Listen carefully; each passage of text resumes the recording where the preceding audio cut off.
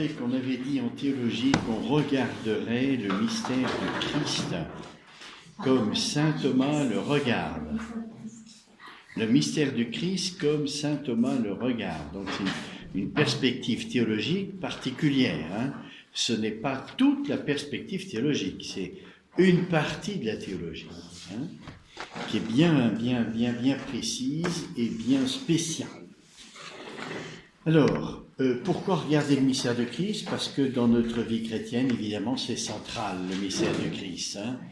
Il est au centre de notre vie chrétienne. Donc, c'est intéressant de regarder en théologie le mystère de Christ pour que nous puissions vivre notre vie chrétienne de façon plus consciente et plus lumineuse et plus aimante. Voilà.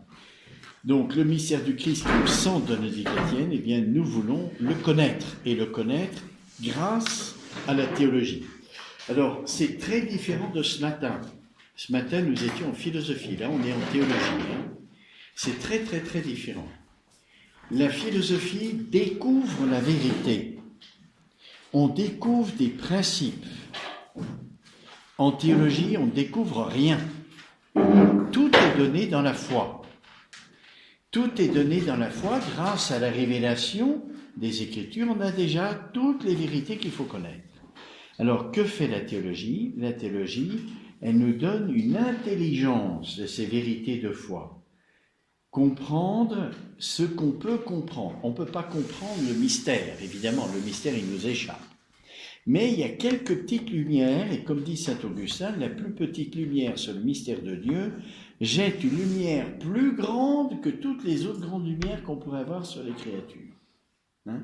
La moindre parcelle de lumière sur le mystère de Dieu éclaire beaucoup plus, et surtout sur le Christ, éclaire beaucoup plus notre vie que toutes les grandes vérités qu'on peut découvrir sur les réalités, même ce que la science peut découvrir dans les réalités créées, hein, toutes les recherches nucléaires, toutes les recherches scientifiques, de biologie, etc., les découvertes les plus merveilleuses de ce qu'on peut faire pour guérir les maladies, ça nous donne une lumière bien inférieure à la plus petite lumière qu'on a sur Dieu. Voilà. Alors, la recherche théologique, donc, elle part de l'écriture. Le principe, le point de départ de la théologie, c'est l'écriture. La révélation. Dieu nous parle et on cherche à comprendre ce qu'il nous dit. Le point de départ de la philosophie, c'est la réalité qu'on expérimente. C'est très différent comme point de départ. Hein. On part d'en haut en théologie. On part d'en haut parce que ça vient de Dieu qui nous parle et qui nous communique sa lumière par sa parole. Il nous parle, donc il nous éclaire par sa parole. Et on essaye de recevoir cette parole au mieux. En philosophie, on part de l'expérience et on cherche la lumière et on la découvre. On pénètre toujours plus dans la réalité qu'on veut analyser. Vous voyez, on découvre une intelligence de la réalité qu'on n'avait pas avant. Donc une pénétration, une profondeur de connaissance qui progresse. En théologie, on ne progresse pas dans la connaissance, puisque tout est donné dans la foi. Tout est dans les Écritures. On a déjà tout. On pénètre comment alors? Quel est le progrès que nous fait faire la théologie? Eh bien, c'est notre coopération avec ce que Dieu nous dit. Vous voyez, quand vous me parlez, j'essaye de comprendre ce que vous me dites, pour pouvoir répondre, pour pouvoir vous connaître mieux, pour pouvoir, etc. Eh bien, Dieu nous a parlé, c'est les Écritures, on cherche à comprendre ce qu'il nous dit. Donc, on découvre rien de nouveau. Tout ce que Dieu nous a révélé, c'est fini, la révélation, elle est close. Hein? Dieu ne nous révèle plus rien de nouveau. Plus rien de nouveau, tout est dit. Mais il y a des choses qu'on découvre. C'est déjà dit, mais de façon cachée. Par exemple, l'Immaculée Conception. Vous ne trouvez jamais dans l'Écriture que Marie est Immaculée Conception. Vous ne trouvez pas. Pourtant, c'est dit. C'est dit. Mais on n'a pas assez cherché dans les Écritures pour découvrir ce mystère. Alors, la Providence nous a aidés, puisque Marie à Lourdes s'est révélée avec son nom-là. Je suis l'Immaculée Conception. Et après, on a cherché dans l'Écriture où se trouvait le fondement, où est-ce que Dieu nous en parlait. Et on a trouvé. Vous voyez, donc, là, même si on proclame de nouveaux dogmes, comme l'infaillibilité du pape, l'Immaculée Conception, l'Assomption de la Vierge Marie. C'est des dogmes assez récents, ça. C'était déjà dit dans les Écritures, mais on n'a pas su le voir. La théologie a ce but de creuser la parole de Dieu pour avoir une intelligence de plus en plus profonde. Et saint Thomas d'Aquin, bien avant la proclamation de l'Immaculée Conception, en parlait déjà, au XIIIe siècle. Oui. Bon. Alors, il ne pouvait pas, dans la théologie qu'il a développée, en parler, parce que c'est une théologie scientifique qui part du donné révélé. Et l'Immaculée Conception n'était pas révélée, donc il ne pouvait pas parler. Mais dans ses homélies, il le faisait. Qui n'est pas un enseignement dogmatique. Là, ce que nous allons regarder, la somme théologique, c'est un enseignement dogmatique. C'est scientifique, et vous allez voir. Alors, le mystère de l'incarnation commence par les convenances de l'incarnation. Je ne sais pas si vous vous rappelez, que... Comment ? On avait vu en partie, pas tout. C'est une question qui comprend 6 questions, 6 sous-questions. Alors, la traduction marque les harmonies de l'incarnation, alors qu'en latin, saint Thomas écrit en latin, donc il faut regarder le latin pour bien être sûr, c'est de convenientia incarnationis, c'est pas les harmonies, c'est autre chose les convenances. Alors les convenances englobent l'harmonie, c'est-à-dire ça implique les harmonies, mais c'est plus que les harmonies, ça va beaucoup plus loin. Quelle différence y a-t-il entre les harmonies et puis la convenance ? Les harmonies, c'est par exemple considérer, l'incarnation n'est pas contradictoire avec les autres mystères qu'on connaît. Il y a une harmonie, il n'y a pas de contradiction. Vous voyez ? Alors, quand on fait de l'apologétique, c'est ce qu'on fait. Dans l'apologétique, on défend la foi. Donc, on montre que ce mystère, il est cohérent avec le reste de l'Écriture. Saint Thomas ne fait pas de l'apologétique, il fait de la théologie contemplative. Et c'est pour ça qu'on parle de convenance et pas d'harmonie. Ça veut dire quoi ? La convenance, on regarde, on contemple le mystère de Dieu qui a déjà été étudié précédemment. Avant les convenances de l'incarnation, on a déjà étudié le mystère de Dieu. Donc, en théologie, c'est-à-dire on n'a pas compris, toujours pas compris ce que c'était. C'est un mystère. Mais toute l'intelligence qu'on peut avoir de ce mystère, on l'a recueillie. Et on va regarder par rapport au mystère de l'incarnation, non pas si c'est pas contradictoire, mais comment ce mystère entre bien dans le mystère de Dieu. Pourquoi ? L'incarnation, c'est un événement, non ? C'est pas éternel, mais Dieu, il est éternel. Alors, Dieu est éternel et il s'incarne. Ça pose une question. Il y a quelque chose qui est apparu à un moment donné du temps, qui n'était pas avant. L'incarnation, c'est pas toute l'éternité, c'est il y a 2000 ans. Et Dieu est éternel. Dieu ne change pas, il est immuable. Et il s'est incarné. Vous voyez ? Alors, il y a 2 manières de regarder ça. Vous pouvez regarder du côté des harmonies, comme j'ai dit, c'est pas contradictoire. Mais c'est pas ça que fait saint Thomas, ça va beaucoup plus loin. C'est étant donné ce qu'est le mystère de Dieu, dans sa finalité, c'est un être contemplatif, comment le mystère de l'incarnation entre dans la finalité du mystère de Dieu.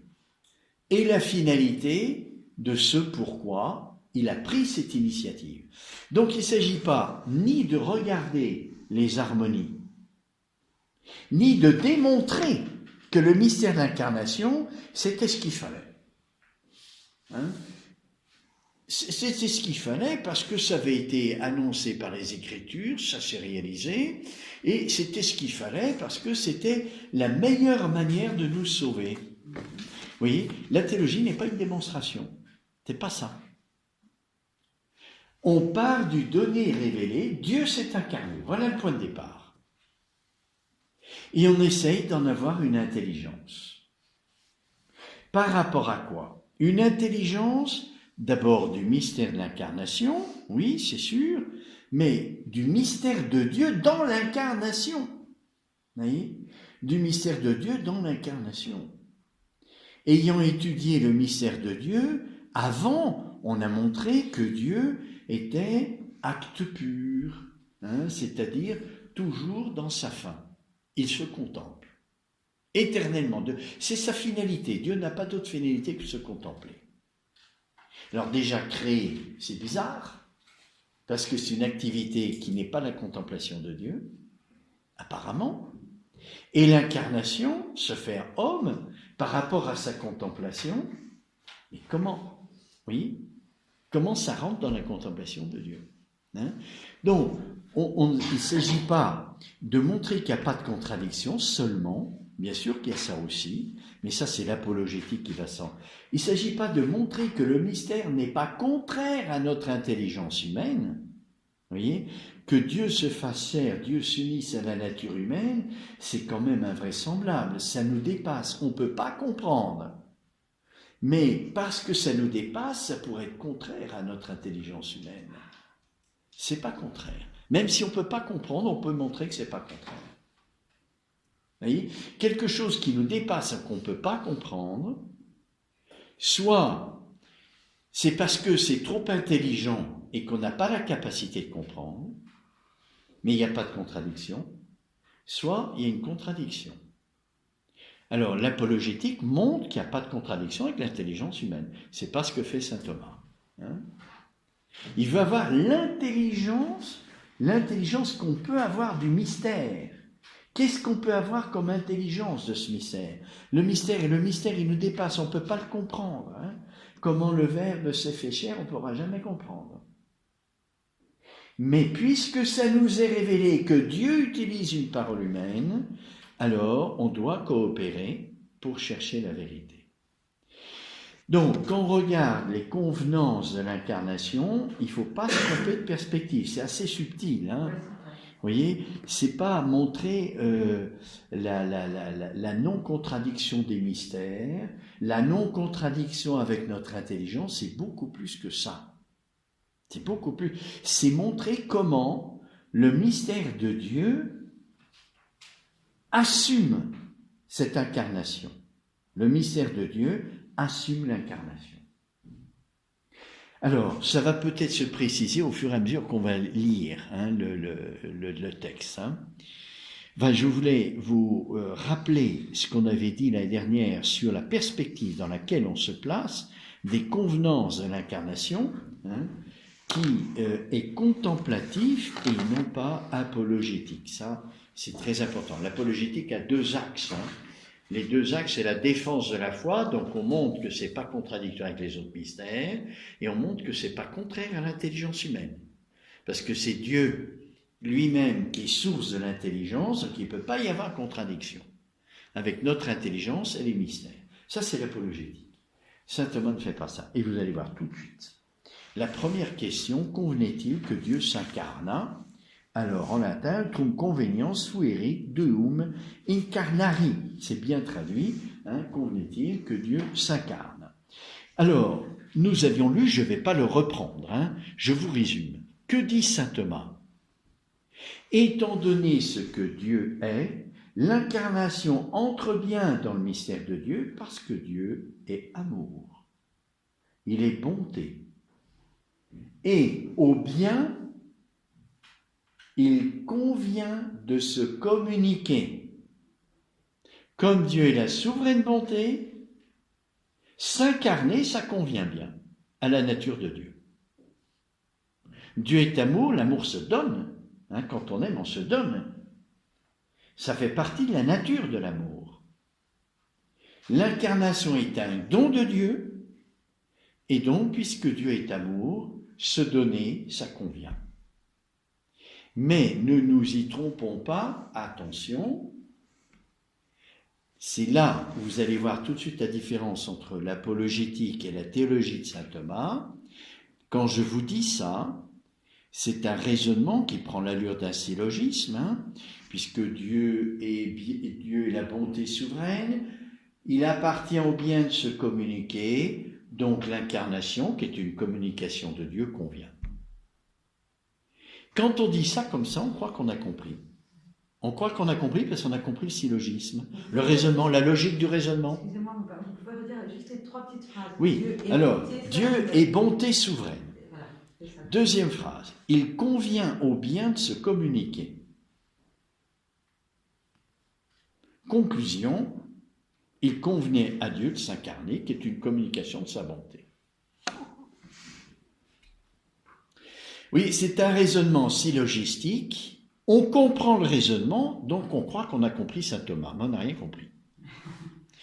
Oui, parce que comprendre saint Thomas, c'est pas comprendre la logique du raisonnement. C'est autre chose. Hein? Vous voyez, c'est pas parce que j'ai fait un raisonnement syllogistique que j'ai compris saint Thomas. J'ai compris la logique du raisonnement. Mais regardons la réalité de plus près. Quand saint Thomas énonce la première raison de convenance de l'incarnation, c'est la bonté de Dieu, et qu'il dit il convient bien de se communiquer. L'incarnation est une communication, donc il convenait à Dieu de se communiquer dans l'incarnation. Qu'est-ce qu'il veut dire? Comment il convient au bien de se communiquer? Comment le bien se communique-t-il? Par l'incarnation. Non, d'une manière générale. Comment le bien se communique-t-il? On l'a vu ce matin. En philosophie. Vous voyez, si on n'a pas la philosophie, là, on ne comprend rien. On comprend la logique du raisonnement, et puis c'est tout. C'est quoi? Le bien, il se communique comment? Il se communique en attirant. Le bien, il attire. Et en étant attiré par le bien, on devient bon. On devient bon. Parce qu'on se porte vers le bien qui nous attire. C'est comme ça que le bien se communique. Vous voyez, c'est pas une communication, je mets une lettre à la poste et puis je la reçois. Le bien se communique par la cause finale. C'est-à-dire le bien m'attire, il est cause finale pour moi, il m'attire. Vous voyez, c'est une orientation que je prends vers un bien qui devient une fin. Il devient une fin puisqu'il m'attire. Donc c'est la finalité de mon activité. Tout bien n'est pas fin. Mais il peut être fin. Dieu est la souveraine bonté, il est la fin ultime. Et donc, comme le bien se communique en attirant, Dieu, tout ce qu'il crée, il l'attire par sa nature même. Il ne fait rien de spécial pour ça, hein? Mais il attire parce qu'il est la bonté suprême. Alors, il convient au bien de se communiquer en attirant parce qu'il est bon. L'incarnation, c'est une manifestation de la bonté de Dieu. Il nous attire de façon plus visible. Hein? Plus visible, parce qu'il s'est fait homme, il est venu parmi nous. Donc ça rentre dans le mystère de Dieu qui est bien souverain. Vous comprenez? C'est autre chose que de montrer qu'il n'y a pas de contradiction. Et là, il ne faut pas se tromper dans la perspective théologique, hein? Sinon on fait de l'apologétique. Alors que la somme théologique de saint Thomas, elle est contemplative. Je répète, hein, pour bien voir la différence. Hein? Oui, le raisonnement, c'est ça le danger de saint Thomas, c'est que c'est extrêmement scientifique, donc c'est logique. Et quand on a saisi la logique, on croit qu'on a compris saint Thomas alors qu'on n'a rien compris. Alors je répète, le syllogisme, je commence par le raisonnement, la logique du raisonnement. Hein? Dieu est le souverain bien. Ça s'est révélé, Dieu est amour. Hein? Il est souverain bien. L'amour infini. Il convient au bien de se communiquer. Et puisque Dieu est le souverain bien, il lui convenait de se communiquer. L'incarnation est une communication, donc ça convient. Vous comprenez? La logique, on la comprend. C'est un raisonnement, c'est un syllogisme, donc c'est facile à comprendre. Mais on n'a rien compris du mystère. On a compris la logique, mais pas le mystère. Pour comprendre le mystère, il faut revenir à ce qui est le pivot du raisonnement. Et le pivot du raisonnement, c'est le bien. Hein? Dieu est le souverain bien. Le bien est partout dans le raisonnement. Alors, si je comprends un peu mieux ce que c'est que le bien, je vais entrer dans la réalité. Le bien, c'est une chose, une réalité existante. Voyez? Alors que le raisonnement logique, c'est pas ça. Je peux faire un raisonnement syllogistique complètement en dehors du réel. dans les idées. Voilà, les idées. Les idées s'enchaînent. Mais tant que je ne touche pas la réalité, oui, le réalisme philosophique nous oblige en théologie à aller jusqu'au mystère. C'est pas la réalité qu'on expérimente en théologie, c'est le mystère, qui est réel, bien sûr. Et il faut aller jusqu'au mystère pour comprendre ce que dit saint Thomas. Si on reste au niveau des idées, on passe à côté. On croit qu'on a compris, on passe à côté. Alors, le bien, quelle est la réalité du bien? On l'a vu ce matin, on a commencé à le voir ce matin avec Aristote qui dit que le bien, c'est ce qui est capable de commander une activité. J'agis toujours en vue d'un bien, même si c'est pas un vrai bien. Pour moi, même si c'est un bien qui est un mal objectivement, mais je crois que c'est un bien, ça commande mon activité, un bien apparent.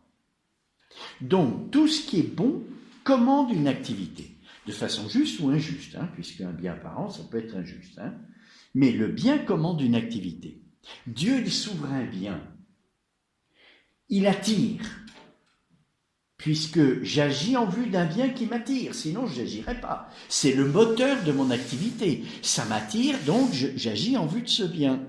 Dieu, le souverain bien, il attire tout à lui. Il attire tout à lui. Il appartient au bien de se communiquer, donc de s'expliciter pour qu'il attire plus en vérité, plus profondément. Quand Dieu s'incarne, alors le bien se communique. Comment il se communique? En attirant. En s'incarnant, Dieu nous attire plus, parce qu'il nous manifeste son amour. Donc il nous attire plus. Vous voyez, il appartient au bien de se communiquer. Dieu est bonté souveraine. Il s'incarne. Ah, voilà, je comprends, j'ai une intelligence du mystère de l'incarnation. C'est parce que Dieu manifeste le bien qu'il est.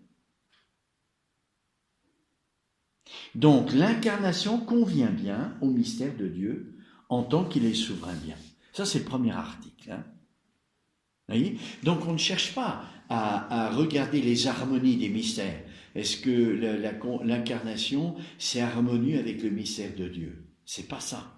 On ne cherche pas à montrer que l'incarnation n'est pas contraire à l'intelligence humaine. Oui, c'est un chemin très spécial, la théologie. On regarde comment l'incarnation entre dans le mystère de Dieu. Ça fait partie du mystère de Dieu.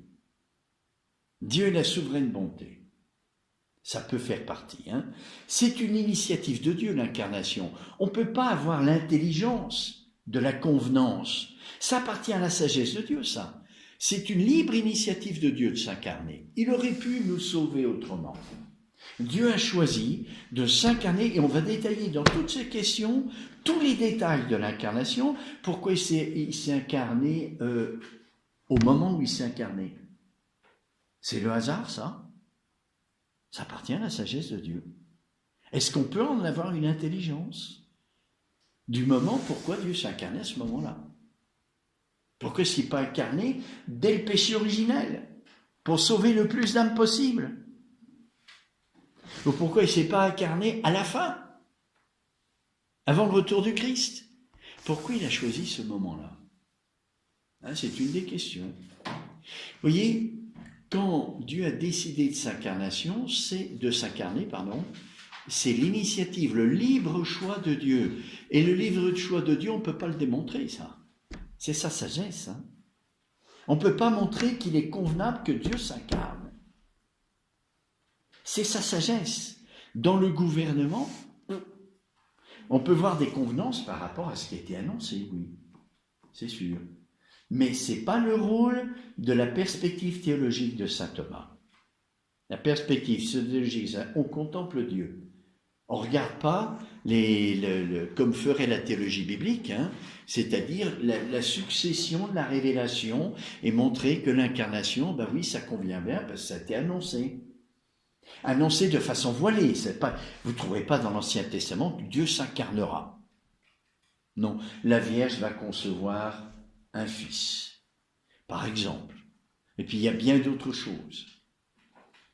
Donc, on peut montrer que c'est aussi une raison de convenance, mais qui n'appartient pas à ce que fait saint Thomas. Saint Thomas regarde l'être de Dieu, le mystère de Dieu, le contemple, et montre que ce mystère est capable d'assumer l'incarnation. Et ça convient au mystère de Dieu. Voilà. Mais pas seulement, c'est pas contradictoire, hein, ça rentre dans le mystère même de Dieu, de la finalité, la fin. Voilà. Bon, c'est un peu compliqué, hein, mais j'espère que vous voyez petit à petit la perspective différente de l'apologétique et de la théologie de saint Thomas. Hein. La théologie de saint Thomas, faut aller jusqu'au mystère. Dieu est bonté souveraine, ça veut dire quoi? Ça veut dire qu'il attire comme le bien. Tout bien attire, avec du plus et du moins. Mais comme il est bonté souveraine, il attire infiniment. Et il attire tout ce qui n'est pas lui. Alors, cette attraction, ça fait partie de la révélation du mystère de Dieu. Dieu se révèle. Cette attraction, elle se révèle encore plus dans l'incarnation. La bonté souveraine de Dieu est plus manifestée. Vous comprenez? La lumière est plus donnée sur la bonté de Dieu. Vous voyez? Ça rentre dans la théologie contemplative, ça. Dieu est lumière. Il se révèle. Hein? C'est l'aspect de la lumière, hein? On ne regarde pas l'aspect mystique, mais l'aspect de la lumière. Hein? Dieu est bonté et il révèle ce qu'il est comme bonté en s'incarnant. Il appartient au bien de se communiquer. Dieu, en s'incarnant, nous manifeste plus l'amour et donc nous devenons bons. Voilà comment le bien se communique. En étant sujet de cette révélation de l'incarnation, nous aimons encore plus Dieu. Donc le bien, c'est bien, le souverain bien, c'est bien communiqué. Parce qu'il suscite en nous une bonté nouvelle, plus profonde. Vous voyez, les Juifs, ils aimaient Dieu, bien sûr. Mais ils ne connaissaient pas l'incarnation. Le fait que l'incarnation soit révélée nous manifeste mieux la bonté de Dieu et donc nous devenons meilleurs parce qu'on est plus attirés par Dieu. Pourquoi Dieu s'est révélé? Pour nous sauver. Il s'est révélé pour nous sauver. Comment est-on sauvé? On est sauvé par des actes de charité. Tout le but de la révélation, vous voyez, si on prend tout à fait le début de la somme théologique, hein, le tout début, c'est la doctrina sacra. Et saint Thomas se pose la question, pourquoi Dieu a voulu se révéler? L'intelligence, par ses propres forces, peut découvrir, l'Aristote l'a fait, le mystère de l'existence de Dieu. Pourquoi Dieu a voulu se révéler en plus? Pour faciliter la connaissance à tous les hommes, parce que c'est pas facile de faire la démarche philosophique jusque-là. Et pourquoi? Pour que nous soyons sauvés. L'acte de salut, c'est l'amour de Dieu, la charité à l'égard de Dieu. Et pour ça, il faut le connaître. Si Dieu ne se révèle pas, si on ne le connaît pas, on ne peut pas l'aimer. Donc il faut que Dieu se révèle pour que le plus grand nombre puisse être sauvé. Et ceux qui n'ont pas accès à la révélation, s'ils sont éclairés sur un absolu, vous voyez, auquel ils veulent s'adonner, hein, se donner à cet absolu, ça suffit pour être sauvé. Alors, le mystère de l'incarnation, il rentre bien dans le mystère de Dieu, amour, qui veut tous nous sauver. Il appartient au bien de se communiquer, de susciter la bonté en nous. Voilà comment le bien se communique, en faisant que nous devenons meilleurs. Hein? Vous comprenez? Ce que Dieu est par rapport à nous. Il nous attire, il est la bonté. Voilà. Donc, je laisse tomber ce premier article. Hein. J'espère que vous avez compris un petit peu la perspective de saint Thomas, hein, qui n'est pas facile. Hein. Quand on n'est pas habitué, on patauge un peu. Le deuxième article que nous avions vu, c'est l'incarnation était-elle nécessaire au relèvement du genre humain? Alors, quand saint Thomas a écrit en latin, c'est utrum fuerit necessarium ad reparationem humani generis. Donc là, voyez bien, c'est la convenance de l'incarnation, non plus par rapport au mystère de Dieu comme bonté absolue, mais par rapport à nous. Est-ce qu'il convenait que Dieu s'incarne pour nous? Dieu aurait pu nous sauver autrement. Il n'était pas obligé de s'incarner. Pourquoi est-ce qu'il a choisi ce moyen? Est-ce qu'on peut avoir une intelligence de ça? Dieu pouvait nous sauver par une seule parole, c'était suffisant. Par un seul acte de charité, vu l'intensité et la qualité de sa charité, c'était suffisant pour nous sauver. Est-ce que ça convenait que Dieu s'incarne par un moyen si coûteux? Le mystère de la croix, l'incarnation est en vue de la croix. Par un mystère aussi douloureux, par un mystère aussi pénible. Est-ce que ça convenait que Dieu s'incarne? Alors l'article 2, est-ce que c'était nécessaire? Vous voyez, une convenance de nécessité. C'était nécessaire ou pas? Alors saint Thomas va répondre que oui et non. Oui et non, c'est-à-dire, il n'est pas normand, mais oui et non selon deux aspects différents. Non, c'était pas nécessaire, parce que Dieu pouvait prendre un autre moyen. Mais si je regarde la finalité, alors oui, c'était nécessaire. Et la finalité, c'est quoi? C'est notre salut. Vous voyez? C'est dépendant de l'article 1. Il convient au bien de se communiquer, c'est-à-dire de manifester son amour pour que nous devenions bons et par là être sauvés. Or, la meilleure pour Dieu de se révéler son amour, c'est l'incarnation. Donc, de notre côté, c'était super nécessaire. Du côté de Dieu, c'est parce qu'il est amour. Et donc, l'amour réclame de se donner. Et de notre côté, c'est pour le salut. C'était le meilleur moyen de nous sauver, en manifestant encore plus son amour. Vous voyez ? Alors ça, c'est l'article 2. L'incarnation était-elle nécessaire au salut de l'homme? Alors saint Thomas détaille tous les bienfaits de l'incarnation qui rejoint absolument tous les aspects de notre vie. C'est-à-dire pas seulement la charité, mais aussi parce que le Christ est un modèle de vie, donc ça suscite et stimule toutes nos activités sur la terre pour suivre le Christ. Donc toutes les vertus morales. Oui, ça leur permet d'avoir une motivation nouvelle, plus profonde, suivre le Christ qu'on aime. Oui, voilà. Alors, après, l'article 3, Dieu se serait-il incarné si l'homme n'avait pas péché? Si je m'arrête qu'à l'article 1, Dieu est bonté, et il convient au bien de se communiquer, sans parler de l'homme, uniquement considérant le bien qui attire, alors que l'homme est péché ou non péché, on pourrait dire qu'il convenait à Dieu de s'incarner. C'était la question. Autrement dit,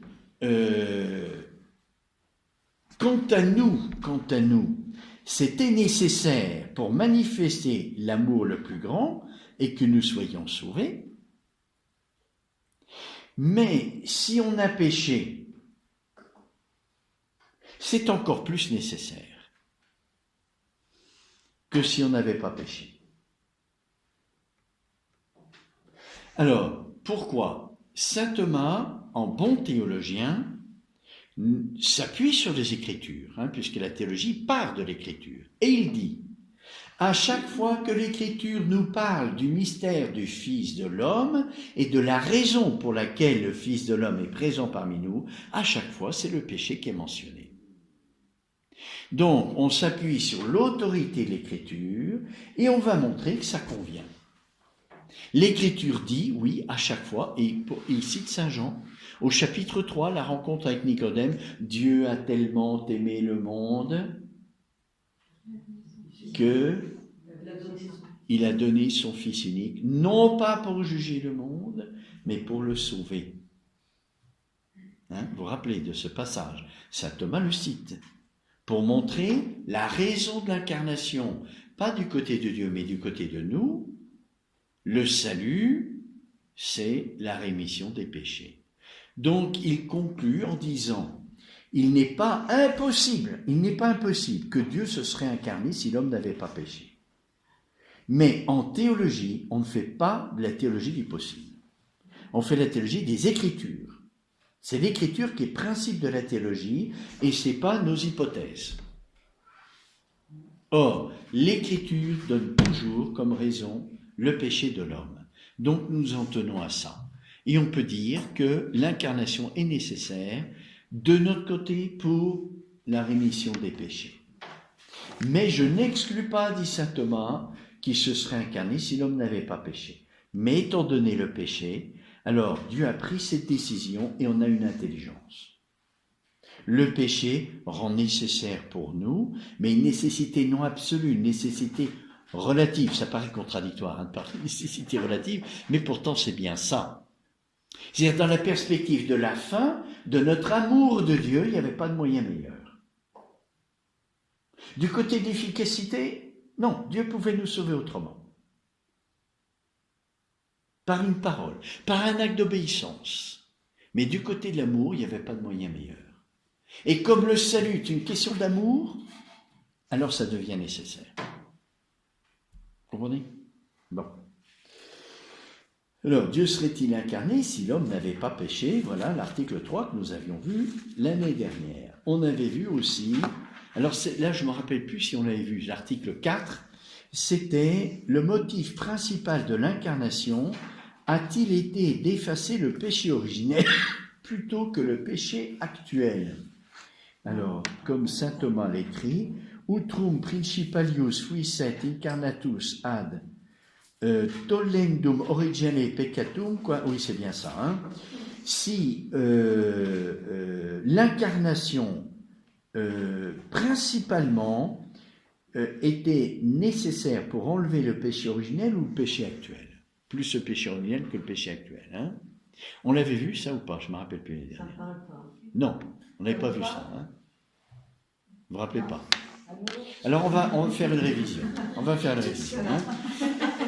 Voilà, vous voyez, ça c'est le théologien qui veut pousser jusqu'au bout les convenances. Vous voyez, on a dit que à l'article 2 qu'il était nécessaire, que, quant à nous, pas quant à Dieu, hein, mais quant à nous c'était nécessaire. Dieu aurait pu choisir un autre moyen, mais quant à nous c'était nécessaire pour l'amour qui nous sauve. Hein. Alors, est-ce que ça nous, étant donné ce qu'on a dit à l'article 3, que même si l'homme n'avait pas péché, Dieu aurait pu s'incarner, alors on regarde, la nécessité jusqu'au bout, c'était le péché originel ou le péché actuel, qui rend le mystère de l'incarnation intelligible selon la finalité. Hein. Susciter l'amour pour nous sauver, Dieu s'incarne, il manifeste sa bonté, c'était en vue d'enlever le péché originel ou le péché actuel. Quel est le plus grave? Le péché originel ou le péché actuel? Péché actuel. Oui. Eh bien, on peut dire les deux. Oui. Et c'est ce que va dire saint Thomas. On peut dire les deux, mais dans deux perspectives différentes. Hein. Alors, je regarde la première objection. Plus un péché est grave, plus il s'oppose au salut de l'homme. Évidemment. Vous voyez, quand vous faites un petit péché véniel, ça ne vous empêche pas d'aller au ciel. Peut-être un peu de purgatoire, mais vous êtes sauvé quand même, parce que vous n'êtes pas coupé de Dieu. Si vous faites un péché mortel, alors là, c'est un empêchement. Hein, vous allez en enfer. Vous voyez? Donc, plus un péché est grave, et dans le péché véniel, il y a du plus et du moins, parce que le péché véniel répété, sans confession, sans regret, vous conduit au péché mortel. Hein? Donc, dans les péchés véniels, il y a du plus et du moins. Et plus un péché est grave, moins on a de chance d'aller au ciel. Hein?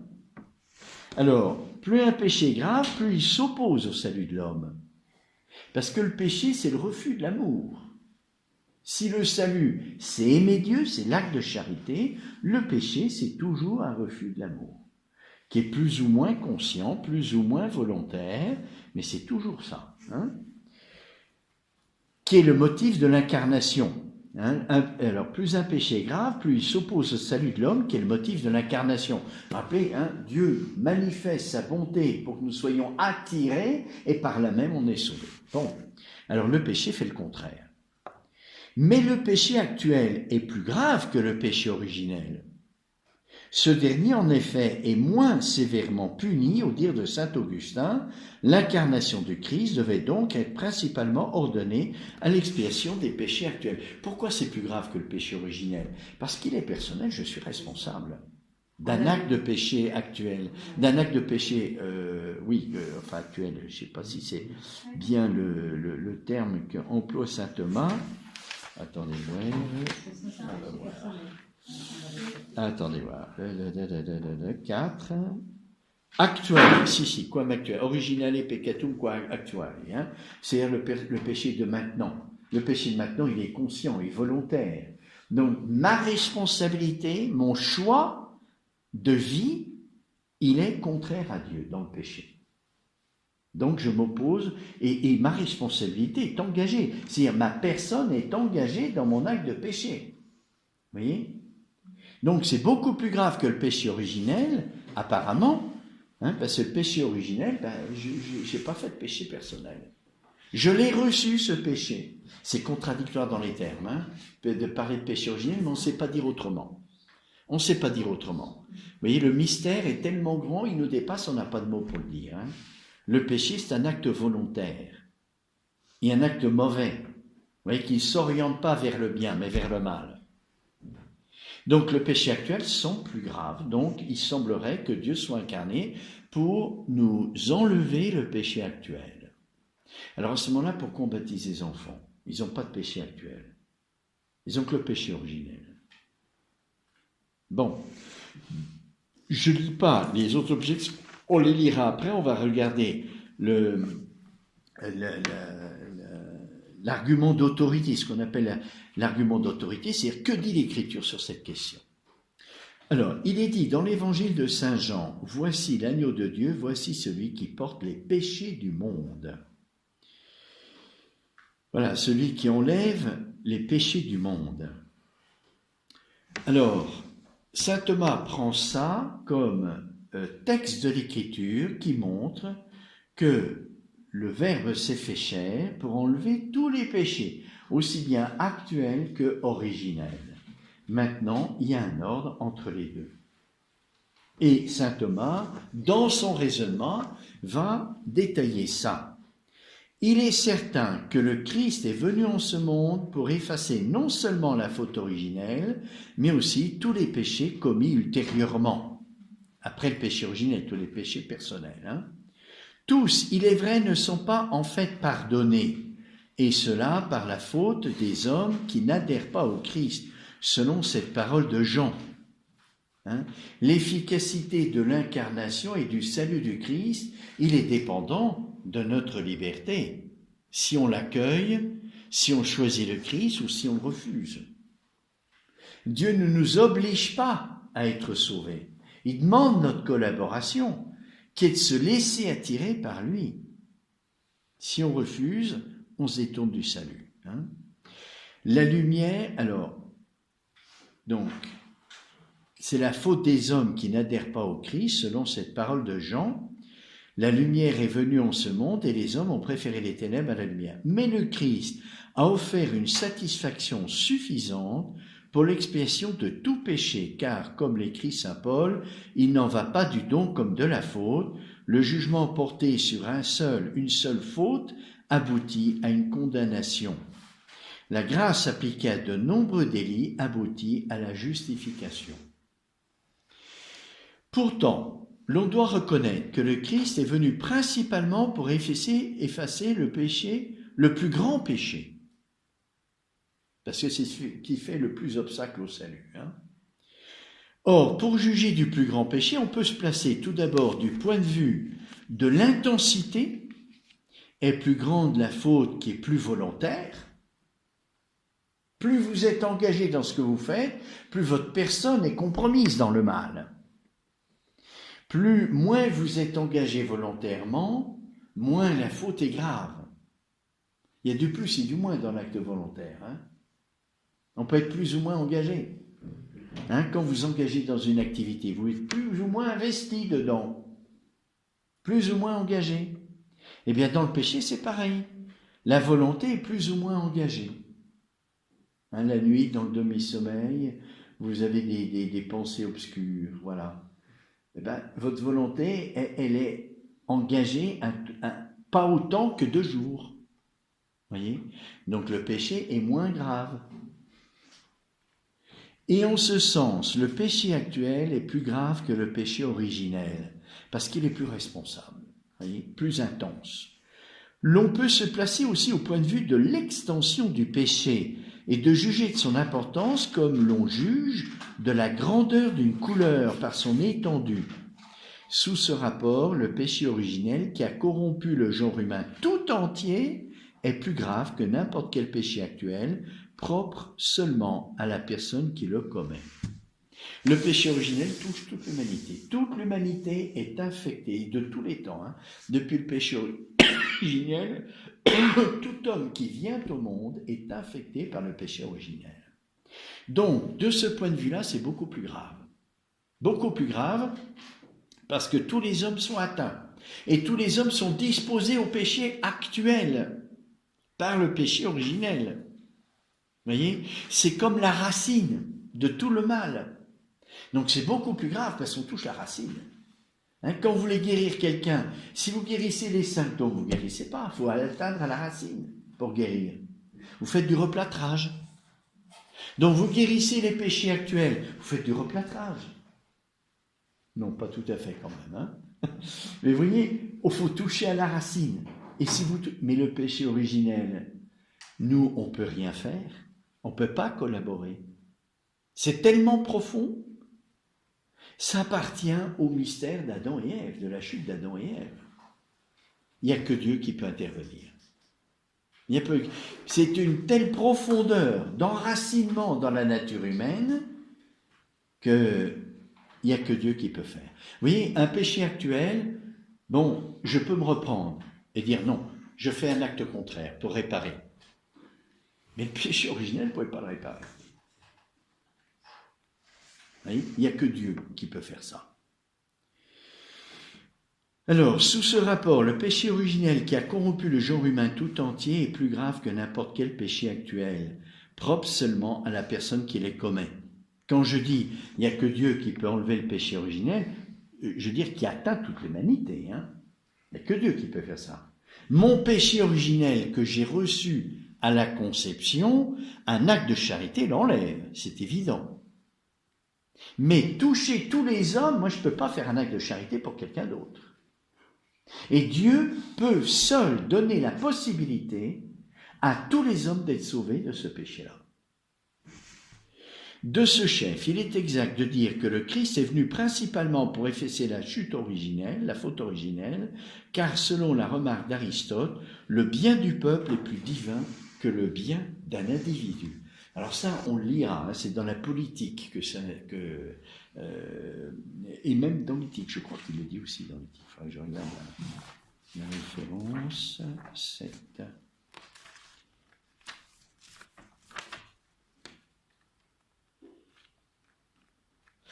Voilà, comment Aristote peut-il dire que le bien commun est plus divin que le bien personnel ? Est-ce que ça vous semble juste, ça ? Hein ? Le bien personnel, c'est quoi ? C'est une personne. On aime une personne. Le bien commun, c'est quoi ? C'est l'autobus.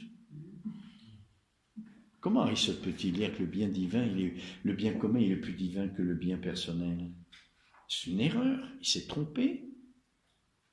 En quel sens le dit-il ?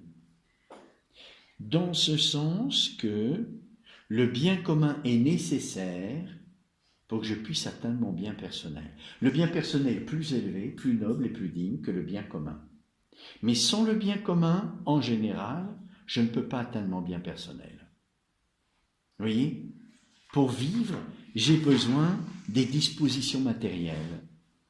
Si je n'ai pas les dispositions matérielles, j'aurai du mal à atteindre ma fin.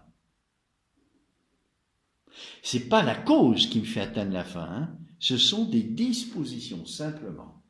Donc, en un certain sens, c'est plus divin que le bien personnel, parce que c'est une condition sine qua non. Condition sine qua non, ça veut dire sans cette condition, je ne peux rien faire. S'il n'y avait pas le bien commun, eh bien, on aurait du mal, hein? Parce que vous devez pourvoir à la nourriture, aux habits, vous devez pourvoir à tout. C'est pas possible. On se met ensemble pour qu'on puisse avoir accès aux conditions qui nous permettent de vivre. Tout seul, on n'y arriverait pas. Pas possible. Ou alors, il faut habiter dans une grotte. Hein? Comme autrefois. Alors, 7, qu'est-ce qu'il me dit?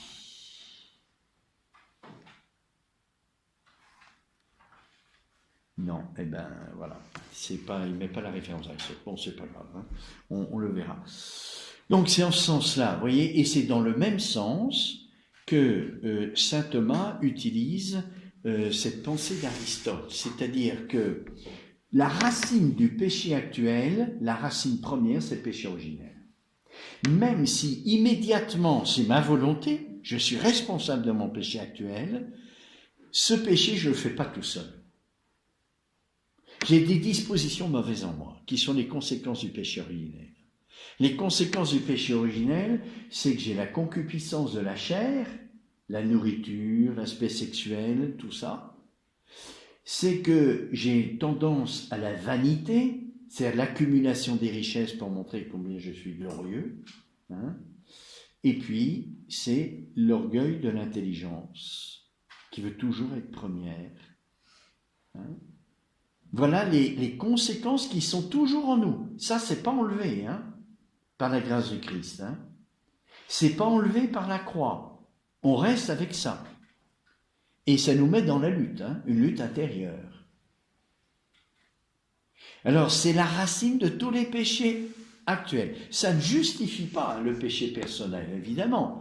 On est toujours responsable. Mais on est lucide. On sait qu'on a ça en nous et qu'on doit lutter.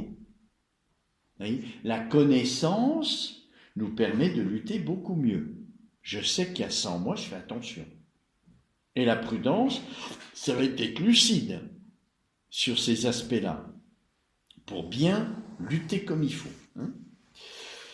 Alors, au fond, saint Thomas dit que la raison de l'incarnation du côté de Dieu, c'est l'amour. De notre côté, c'est le salut, c'est-à-dire devenir bon en étant attiré de nouveau par Dieu dans une bonté qui s'est explicitée.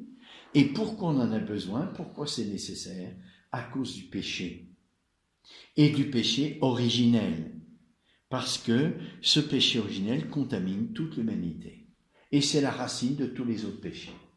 Donc, c'est vrai que c'est pas le péché le plus important. Le péché le plus important, c'est le péché actuel, parce qu'on s'engage personnellement, mais le péché originel, on n'a absolument aucun dominium là-dessus.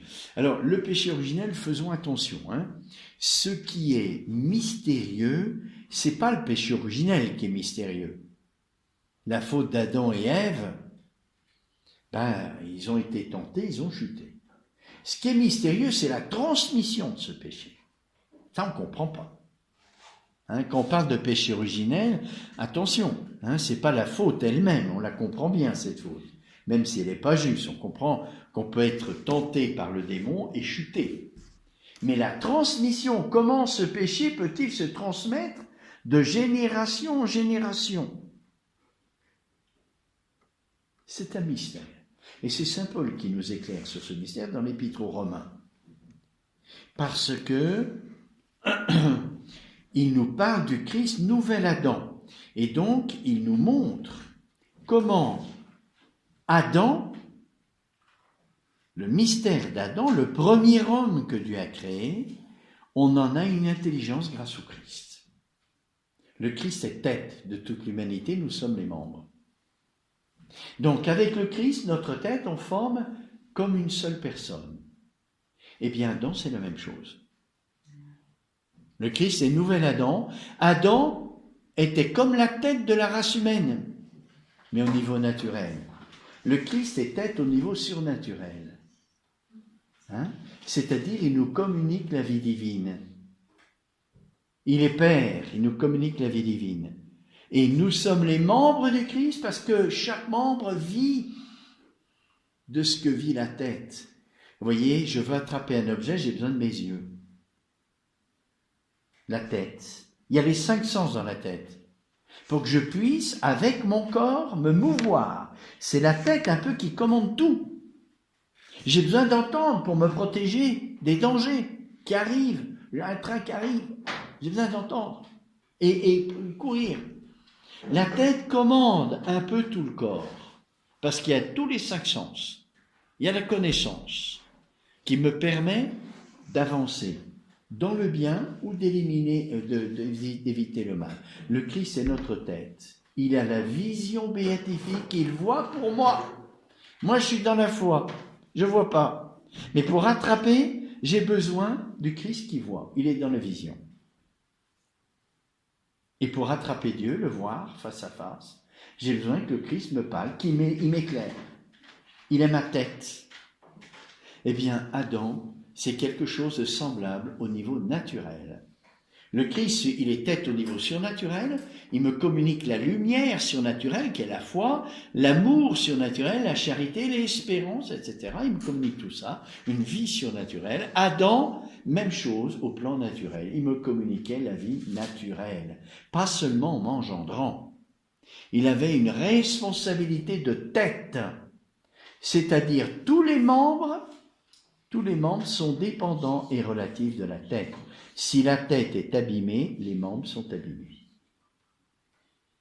C'est comme ça que saint Paul et les théologiens ont expliqué, c'est pas explicable, hein, mais c'est comme ça qu'on peut avoir une intelligence du mystère du péché originel, de sa transmission à cause du mystère d'Adam, tête de l'humanité. La faute de la tête a rejailli sur tous les membres. Si je deviens aveugle, je ne peux plus attraper les choses, j'aurai du mal. Vous voyez ? Donc, Adam ayant péché, il y a une répercussion sur tous les membres.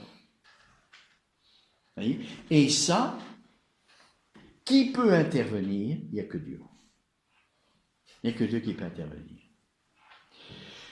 Voilà, alors, c'est ce que veut montrer saint Thomas, vous voyez, pour les convenances de l'incarnation.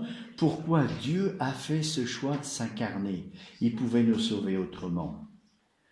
C'est toujours pour éradiquer le plus possible, le plus profondément possible, la misère humaine, qui est le péché. C'est la plus grande misère. Hein ? Et le péché le plus radical, le plus souterrain, c'est le péché originel. Qui n'est pas un péché de notre responsabilité, c'est la responsabilité d'Adam. Voilà. Alors c'est pourquoi Dieu s'est incarné pour tous les péchés actuels et aussi originels, mais le plus grave, c'est le péché originel qui est plus radical, qui est plus obscur, qui est plus profond d'une certaine manière. Hein.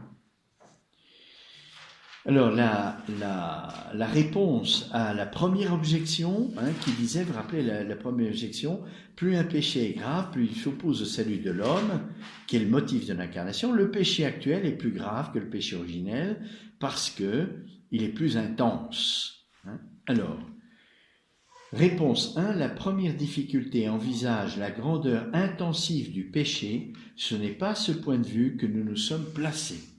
Hein. Saint Thomas a bien dit que le péché actuel, il est bien plus intense, hein, d'une certaine manière plus grave comme péché que le péché originel.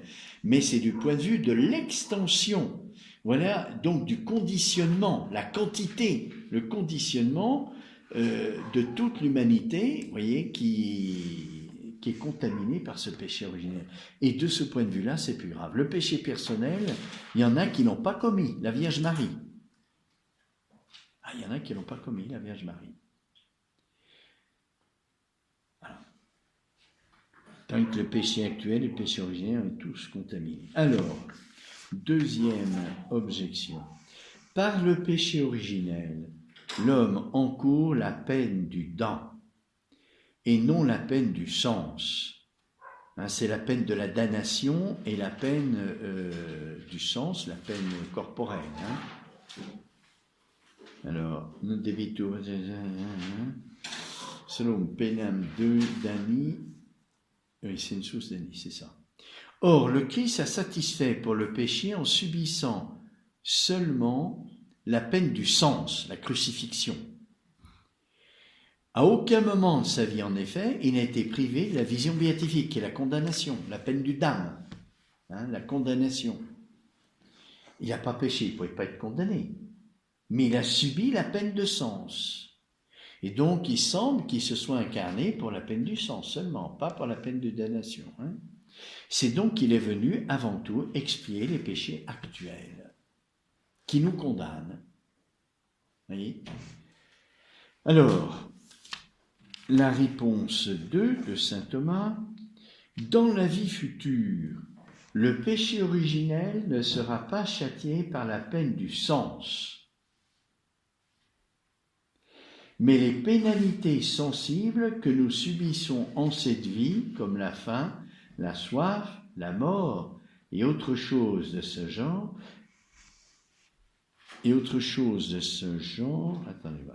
proviennent du péché originel.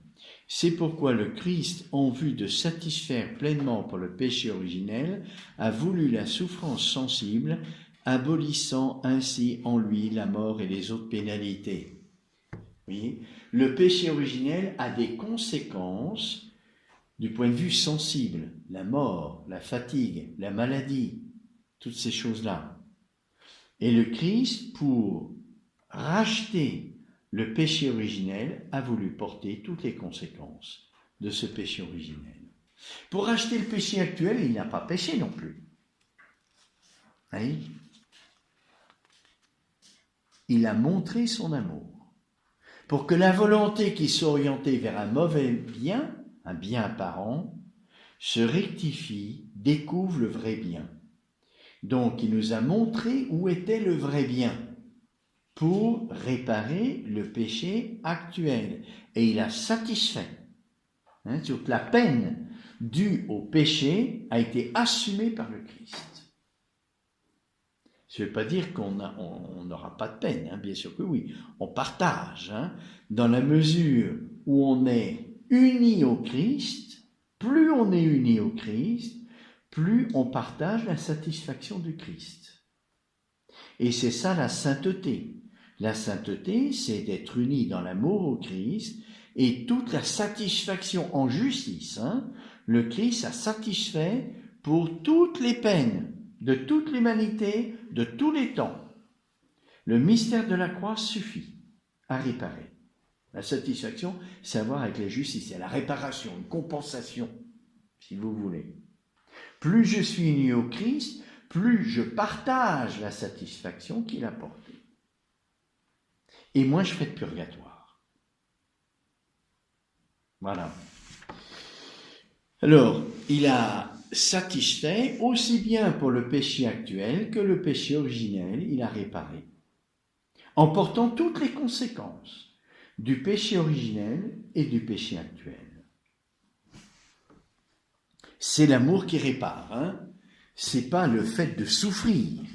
C'est l'amour qui me lie à Dieu, qui m'unit à Dieu, au-delà de ce qui me sépare, c'est-à-dire des conséquences des fautes.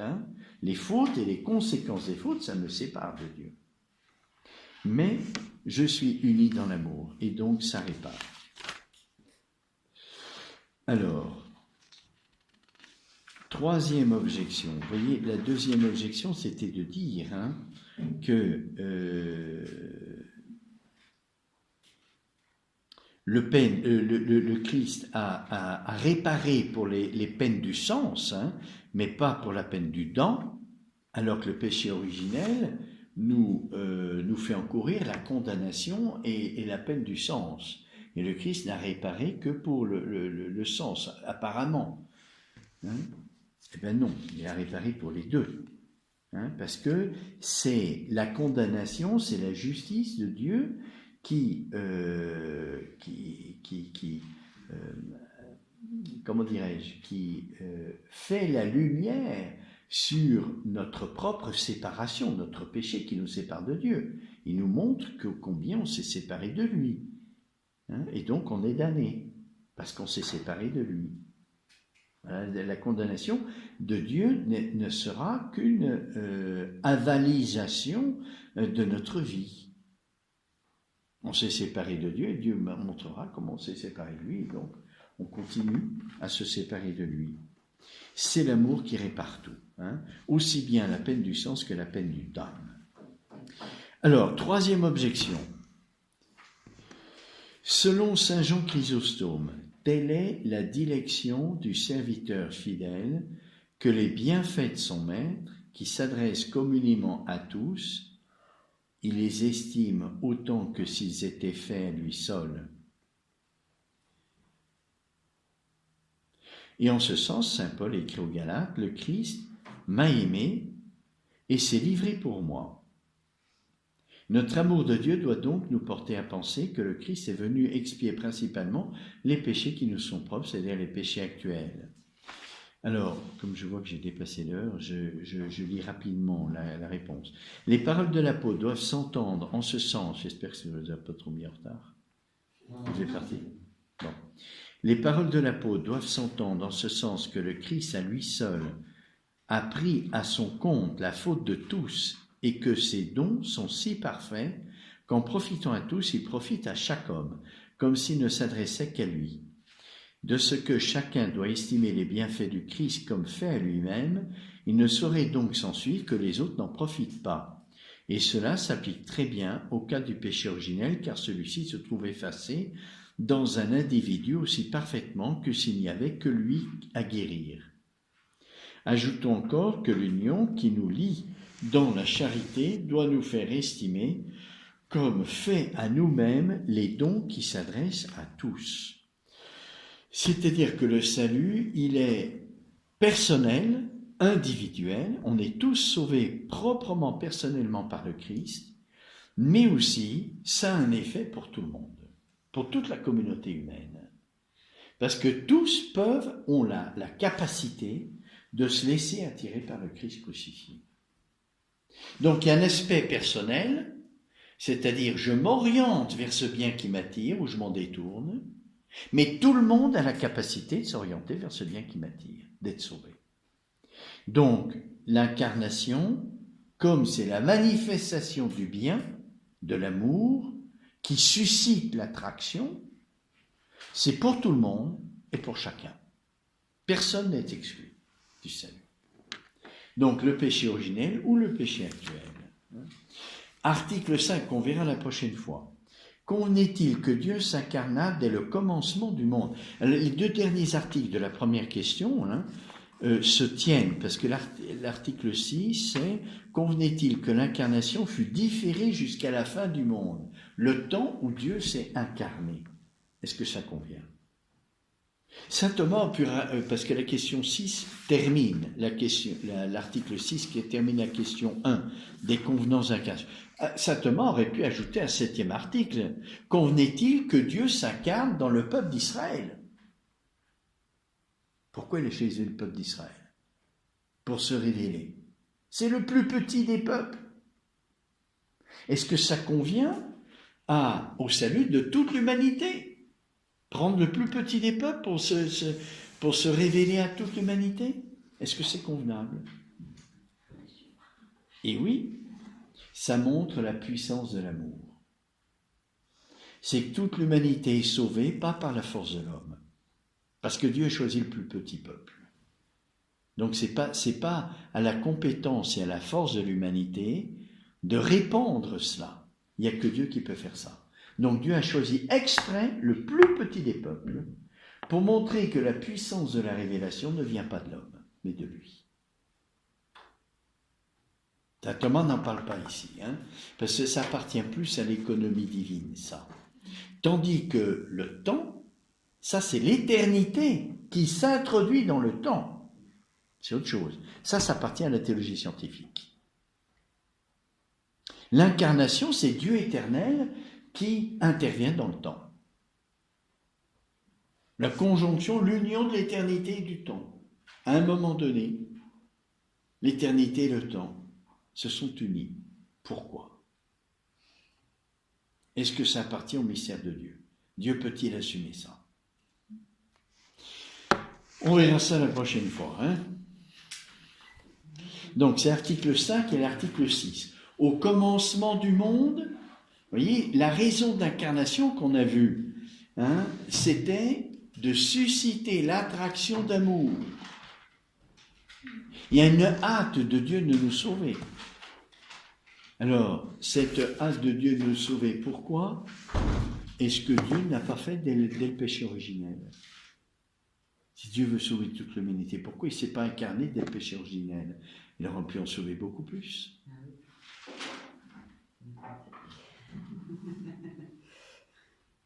Pourquoi il a choisi ce moment-là?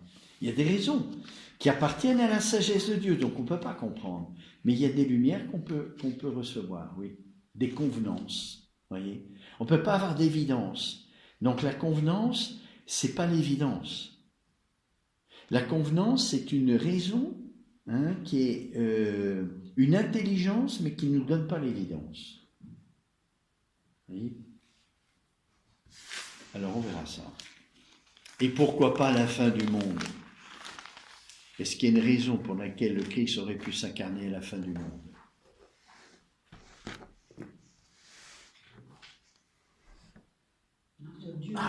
Dans l'Écriture, qu'est-ce que Jésus dit? Quand je reviendrai, trouverai-je encore la foi sur la terre? Et donc c'est le moment le plus grave. Donc il fallait que le salut soit donné au moment le plus grave, où l'humanité est le plus en danger.